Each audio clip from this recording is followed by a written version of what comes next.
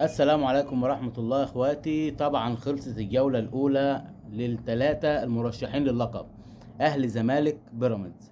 بيراميدز اتعادل مع وادي دجلة، والأهلي اتعادل النهاردة مع مودرن سبورت، ولكن الزمالك قدر يفوز على سيراميكا كليوباترا. طب أنا النهاردة هكلمك على الثلاث ماتشات على فكرة: ماتش بيراميدز ووادي دجلة، وماتش الزمالك وسيراميكا، وماتش الأهلي ومودرن سبورت. ده اللي كان النهاردة. نبدأ الأول بماتش بيراميدز ووادي دجلة. وادي دجلة أدت أداء على فكرة، يعني بص، اللعيبه كان لو كانت صدقوا نفسهم ولو كانوا خدوا الجرأة على بيراميدز كانوا فازوا. ليه؟ لان انت عندك بيراميدز اول 15 دقيقة اتطرد منهم لاعب وهو ريدي الكارتي، المحور بتاع نص الملعب. ولكن قدروا برضو بيراميدز ما لعبتش على فكرة. بيراميدز راحت على الجون بتاع وادي دجله 3 مرات، والثلاث تسديدات اصلا من بره ال 18، يعني مش عليه، مش الخطوره الكافيه اللي على وادي دجله. بالعكس بقى وادي دجله على الناحيه الثانيه سددت على مرمى بيراميدز 7 تسديدات، منهم 3 من جوه ال 18، وكان في فرصه محققه لجون. يعني كان في فرصه اللي هو الاوت، اللي لو حد تابع الماتش ده كانت القوه الضاربه لوادي دجله رميه التماس. الواد بيلعب رميه التماس كورنر، اقسم بالله كورنر. يعني كل كوره اوت لوادي دجله انت تستشف منها خطوره على بيراميدز. ولكن بيراميدز طبعا اللي كانت الموسم اللي فات فرقه واكله الاخضر واليابس، وواخده دوري ابطال افريقيا والدنيا حلوه ولذيذه معاهم، بانوا من غير، يعني بانوا فاقدين الهويه. مش هو ده بيراميدز بتاع السنه اللي فاتت. بس ما نحكمش لان ده اول ماتش، ما نحكمش على حاجه. ليه؟ لان ده اول ماتش في الدوري وجس النبض ومش عارف ايه، مع ان مفيش الكلام ده كده بره، بس احنا عندنا كده.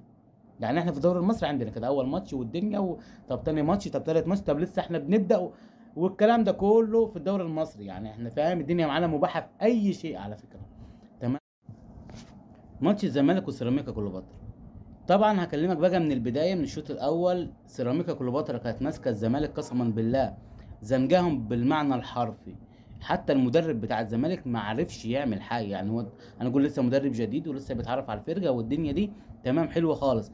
لكن ظهر الزمالك في الشوط الاول، الزمالك بتاع السنه اللي فاتت مفيش اي حاجه متغيره. دونجا زي ما هو بيلعب، عبد الله السعيد لوحده في نص الملعب، كان بيلعب ناصر ماهر جناح يمين، وكانت الدنيا ملخبطه اصلا. عارف انت الزمالك قدر يجيب الجونين ازاي؟ الزمالك قدر يجيب الجونين لما ناصر ماهر رجع مكانه في نص الملعب، وقدر ان هو يخش في العمق كده، يبقى مهاجم تاني مع سيف الجزير اللي نزل واللي هنحكي عليه، اللي هو اصلا ما ينفعش مهاجم لنادي الزمالك اصلا، وهيبوظ العلاقات ما بيننا وما بين تونس. يعني الزملكاويه اقسم بالله ماسكين سيف الجزير لغايه دلوقتي وهاتك يعني. ما ينفعش ده يكون مهاجم الزمالك قسما بالله. يعني انت واخد الكره انفراد، هي اتحسبت اوفسايد على فكره يعني. واخد الكره انفراد من نص الملعب قسما وتشوتها بالطريقه الوحشه دي. اقسم بالله يعني هي طريقه وحشه، مش هنقول عليها غير كده. ولكن نادي الزمالك الشوط الثاني بقى اتغير بقى، اقسم بالله. نادي الزمالك اتغير ازاي؟ طبعا عبد الله سعيد خرج، رجع بقى ناصر ماهر يلعب مكانه بقى في نص الملعب. اول لما رجع ناصر ماهر مكانه في نص الملعب لقيت الهدف الاول جه على طول. ليه؟ لان انت حطيت اللاعب في مركزه، حطيت اللاعب على عدلته، لعب صح، ادى صح، جاب جون. تمام. وخلى معالي مكان مين؟ مكان ناصر ماهر. حلو.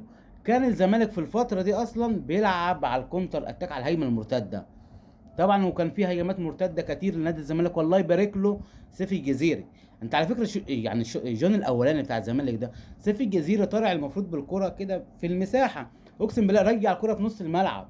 لولاش محمد شحاته كان واقف ومتابع وعارف، خد الكره عطاها للجناح اليمين، بصاها لناصر ماهر، هوب جون. واخد بالك؟ نيجي بقى للجون الثاني، الهدف العالمي الاسطوري اللي سجله محمد شحاته، ما يتقالش عليه غير كده. راجل قطع الكوره وبص بعينه ومن نص الملعب، وهدف من نص الملعب، شاف الحارس متقدم راح هوب لطشها. ومبروك للزمالك اول 3 نقاط ليه في الدوري، وان شاء الله تكون بدايه خير وبدايه مبشره لكل الزملكاويه. نيجي بقى الماتش الاهلي النهارده ومودرن فيوتشر. طبعا انا هتكلم على النادي الاهلي النهارده واقول بس كلمتين للمدرب. خلي بالك انت مش كاريزما يعني عشان انت قاعد ساكت على الدكه. طب انت انا استفدت منك ايه يا عم؟ شوف بص الدنيا، انت معاك نجوم يا جدع، معاك نجوم اقسم بالله. انت مين احمد رضا اللي تبدا بيه؟ مين قفشه اللي تبدا بيه؟ يا جدع انت اليو ديانج على الدكه، اليو ديانج على الدكه. انا بس ماليش دعوه، ماليش علاقه بالماتش اصلا، ماليش علاقه بان تريزيجيه طماع، ماليش يعني. هو تريزيجيه مش احسن من بن شرقي على فكره، تريزيجيه مش احسن من بن شرقي. بن شرقي يعني يفوقه، اقسم بالله. عارف انت تريزيجيه ده ارميه في نص الملعب هيأدي عن اللي هو بيعمل. وبعدين مين قال لك يا عم ريفيرو لما انت تقعد تحضر من تحت بالثلاث اربع دقايق؟ انت كده حلو يعني؟ انت كده مدرب اللي مفيش جوارديولا قاعد على الدكه مثلا؟ مفيش الكلام ده. مش في الدوري المصري يا جدع الكلام ده. في الدوري المصري انت لو عملت كده يبقى انت كده يعني حاجه سلبيه، حاجه هم فرحانين بيك اصلا الفرقه دي. يقعد يا عم باص في نص الملعب وحضر كرة براحتك.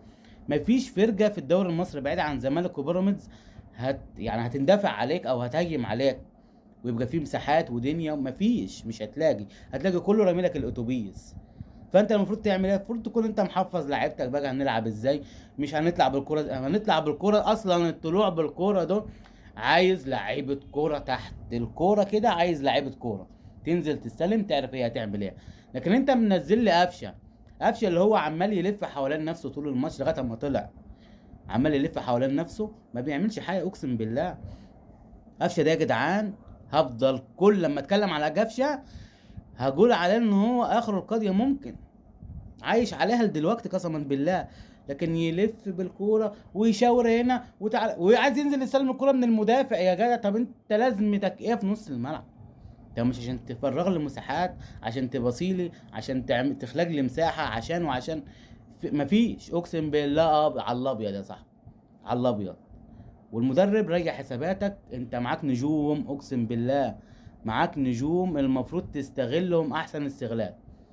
يعني انت ازاي تطلع متعادل مع فيوتشر دي كده تهبط السنه اللي فاتت؟ ازاي؟ مش عارف. ارجو من سيادتك يا عم ريفيرو شوف اكل عيشك، مش هينفع اللي انت بتعمله ده. ان الماتش كمان قسما بالله تلاقي الجمهور قلب عليك وما كملتش ولقيت نفسك انت بقالك 3 شهور الشهر الرابع مع السلامه. وفكك بقى من اللي بيشكك جو ان انت تقعد ساكت على الدكه ده ما بياكلش معانا.